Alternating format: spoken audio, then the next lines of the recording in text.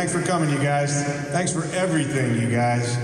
And Bob, thank you. Thank you. So my name is Tom Penn. I'm the president and co-owner of LAFC. And it's, what a great privilege and honor to be here in this precious and historic space in the Natural History Museum. And how cool that everybody entered through the Becoming Los Angeles exhibit. Special thank you to our museum hosts, Lori, Cynthia, Dawn. Thank you for having us here. It's an honor to introduce such a great man and such a great moment in your amazing institution. Thanks for all you do for the city of Los Angeles and for greater Southern California. Thank you to the museum. Thank you to Delta Aeromexico, our Golden Boot partner, who are partners with us in this great announcement. They, taking flight, right? To have them as our official airline and to be our partner is so important. And then it's a great privilege for me on behalf of our ownership group, on behalf of Peter Guber, our executive chairman, Larry Berg, our lead managing owner, and the rest of our dynamic ownership group. It's my honor to welcome you back home, Bob. Welcome back to America. Welcome to Los Angeles, and welcome to the club. And for a more proper introduction, I'll turn it over to John Thorrington, our Executive Vice President of Soccer Operations and General Manager, to make the introduction. Thanks, John. Thank you, Tom. Thank you, everyone. Thank you, 3252. What an absolute pleasure it is for me to be here to introduce Bob publicly, to welcome him to our club. Our process began about 18 months ago, and from that moment, Bob has been top of mind. Hiring Bob is a clear statement of our intent and our ambition here at LAFC to be a club that is about winning things. Bob has won in MLS, including with expansion teams. Bob has won with national teams, including World Cup games. Bob has won in international club football, including being the first and only coach to ever coach in the Premiership. He has managed stars, he has developed players. His resume speaks for itself as the unique combination of success both here and abroad. But there's far more to Bob than his resume. He is a proud father to Michael, Carrie, and Ryan. He's a proud husband to Lindsay. And in fact, his character... Grandfather, apologies, sorry. He is a trailblazer. He's willing to take risks, and he is an authentic leader. And in fact, it's his character, his work ethic, and his ambition that in large part make him the ideal coach for us heading into our inaugural season in 2018. So it again is with great pleasure that I introduce Bob Bradley as the first ever head coach of the Los Angeles Football Club.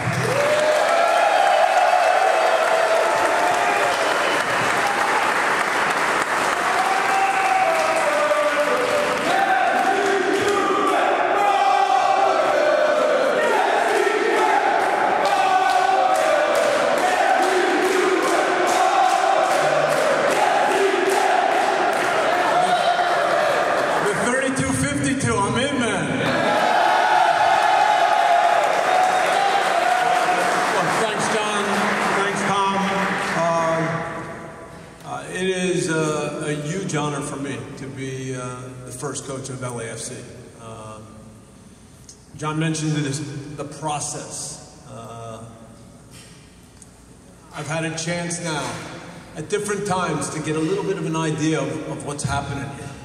And from top to bottom, I have just been really blown away by the vision, the passion, the understanding that it's not just about a new team, but actually it's about having a club, right? A club that's going to connect to the city, a club that understands the diversity, the energy, the passion. in my experiences, I've been fortunate because when you go to different places, you get a real taste of how football works in those ways. And what I've always thought about is where can I go where I can take my experiences and my vision and find people that have the same ideas. And throughout this period,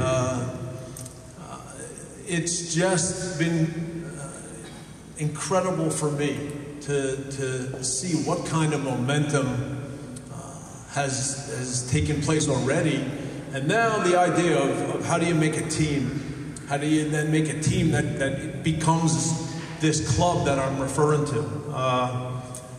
You know, in the process, again, the ownership group. I've been fortunate when you have the chance to work with successful, bright, talented people who have a real idea of what they want to do. You know that's, you know, you want to be part of that. I had this chance to sit one morning with Peter Guber, and the way John and Tom had set it up was that, you know, I was meeting different people, but when I had a chance with Peter, it was just the two of us.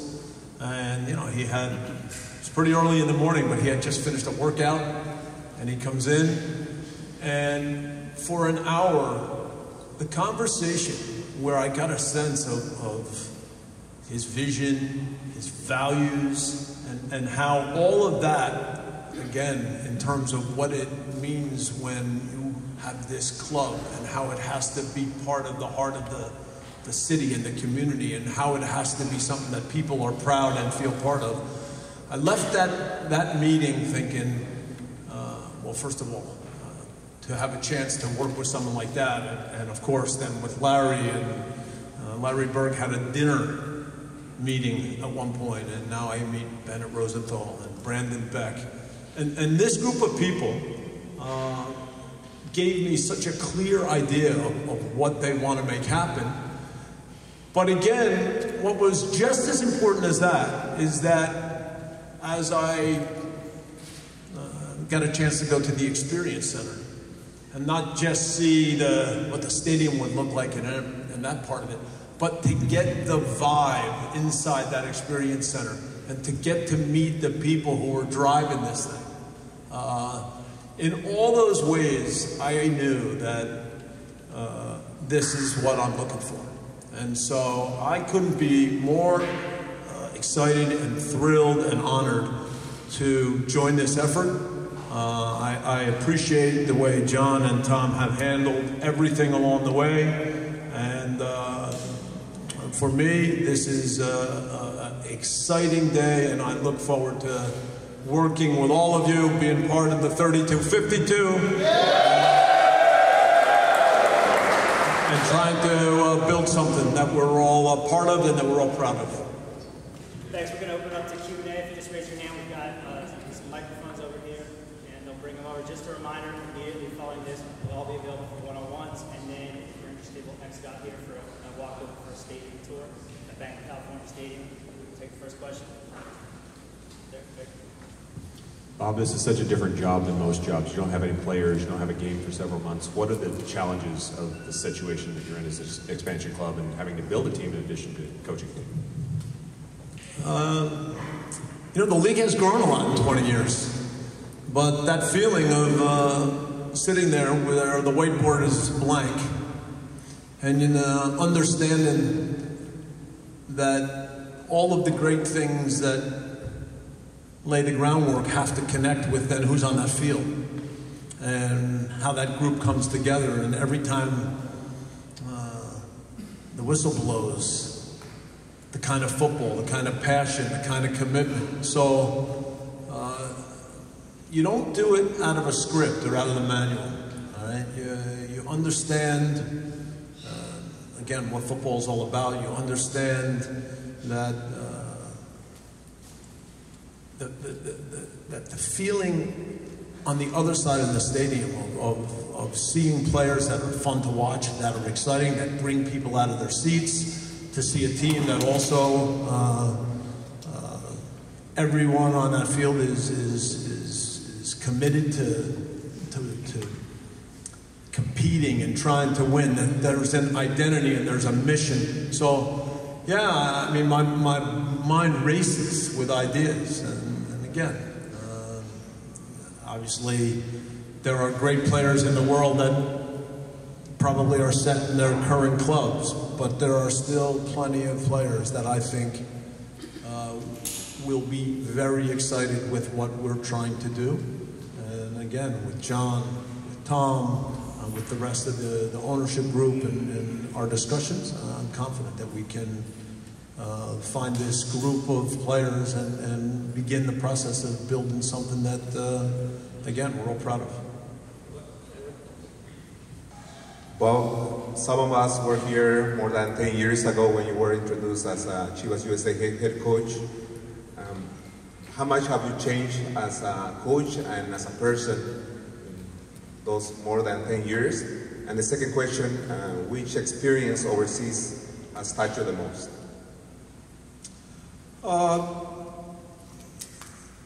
Yes, I think every time you take a new challenge, every experience, I've taken risks. I probably have gone some places others wouldn't go. But that part of it is important. Again, I've loved every place I've gone. I love the idea of going into a place and now trying to say, this is how I see football, and this is what we need to be, and what's our identity, and what's going to happen every time we step on the field. So I've done it in places where my Arabic's not so good, all right? My French improved. Obviously, my Welsh isn't very good. But, you know, that was a joke. Come on, man. You know, so I think that all of those things pay off. But quickly, look, weirdly enough, you know, Chivas USA, and it's looked back on in this negative way, but I'm going to just share quickly that experience and then connect it to today and everything else. The first season in Chivas USA, obviously, Guadalajara-based decisions with full respect to Chivas Guadalajara.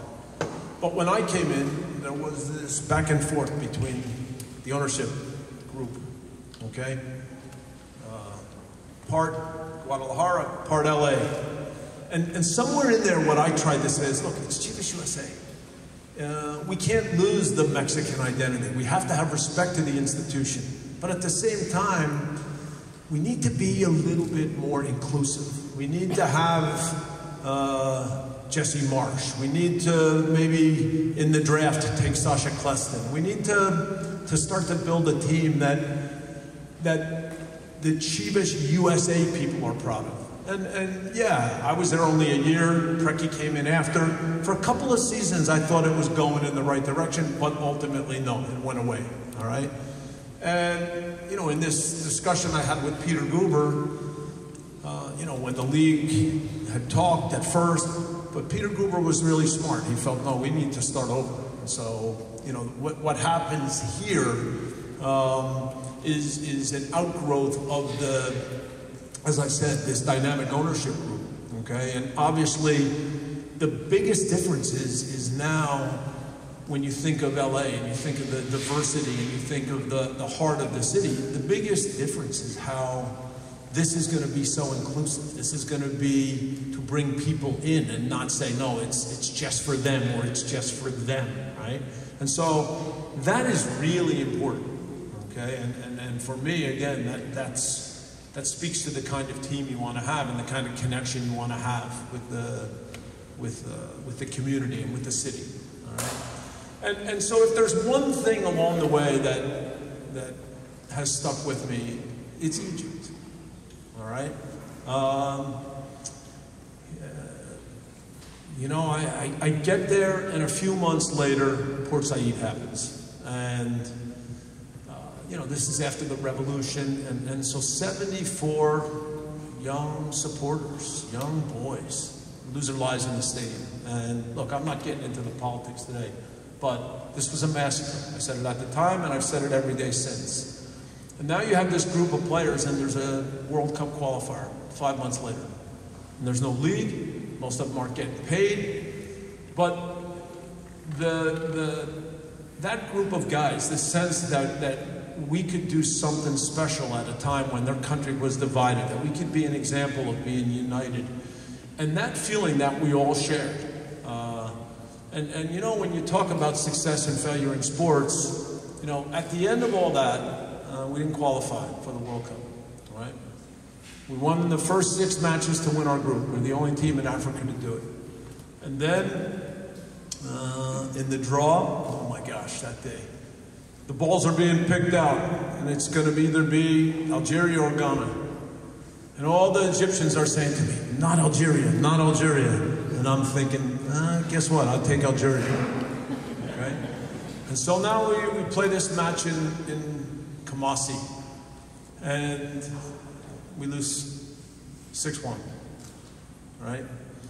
The only thing I can compare it to is when I saw Brazil in the World Cup.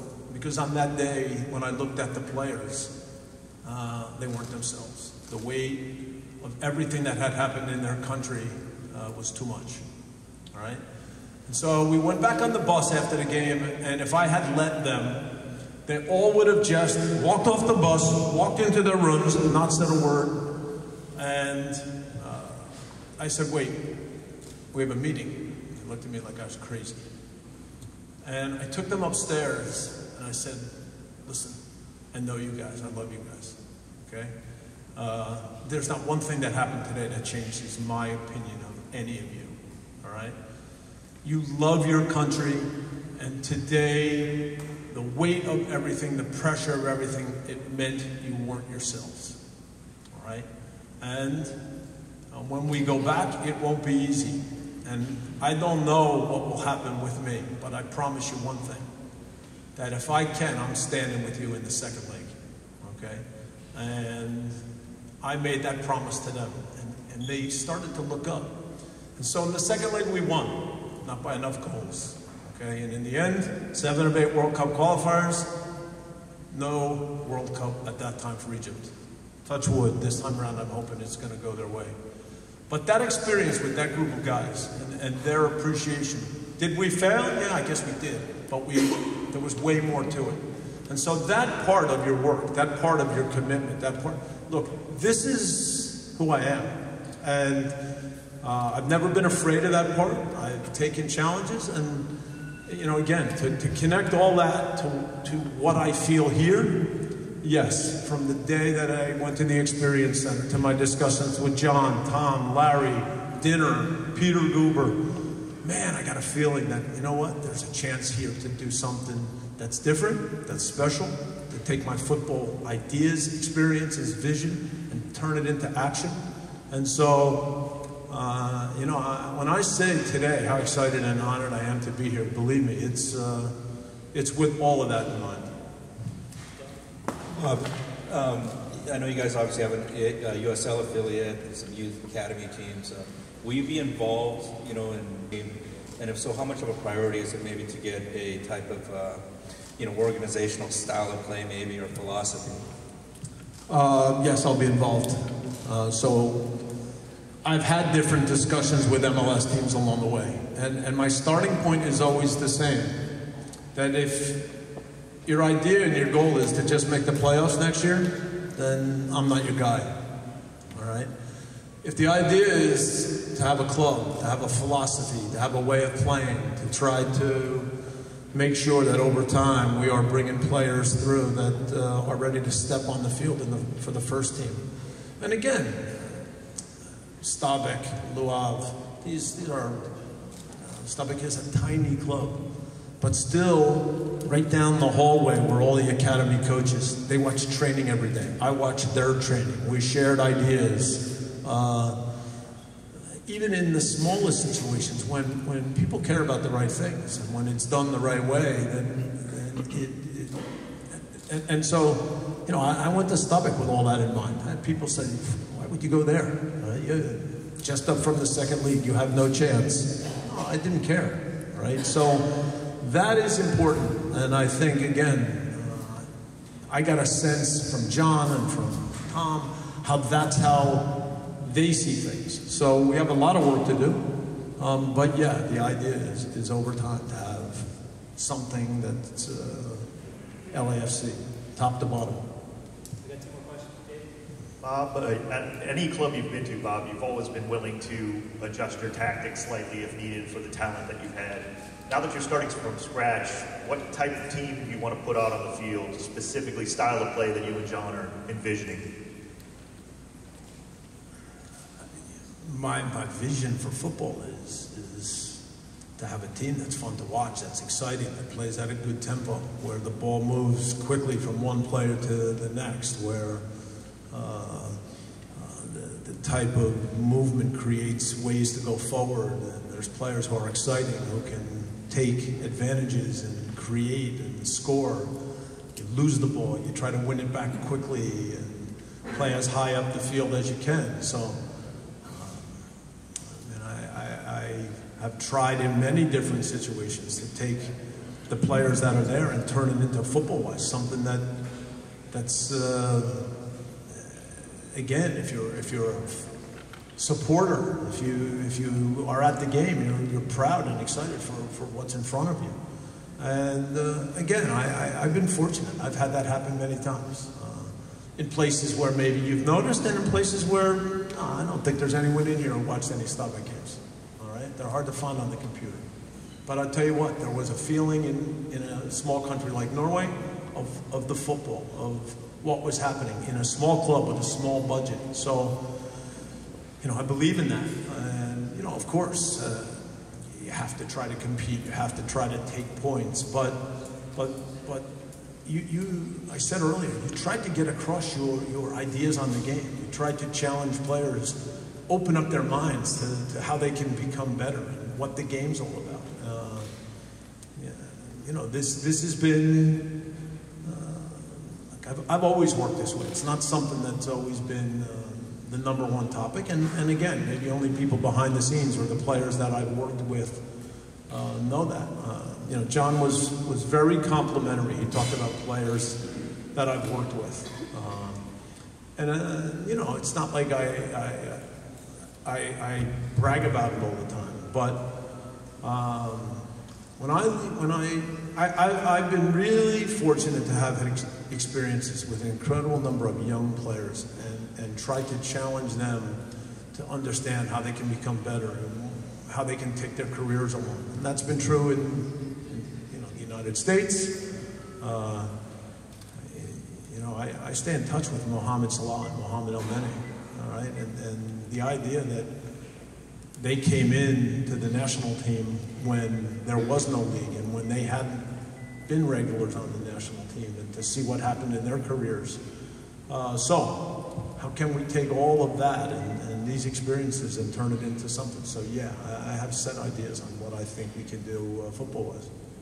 Last question. Bob, it's good to see you back in LA, my friend. Good to see you. 2 questions in one, 2 little questions. One is that how difficult is to build a team from scratch, a professional soccer team? And number 2, which one is your immediate task, considering that the next season is 9 months away?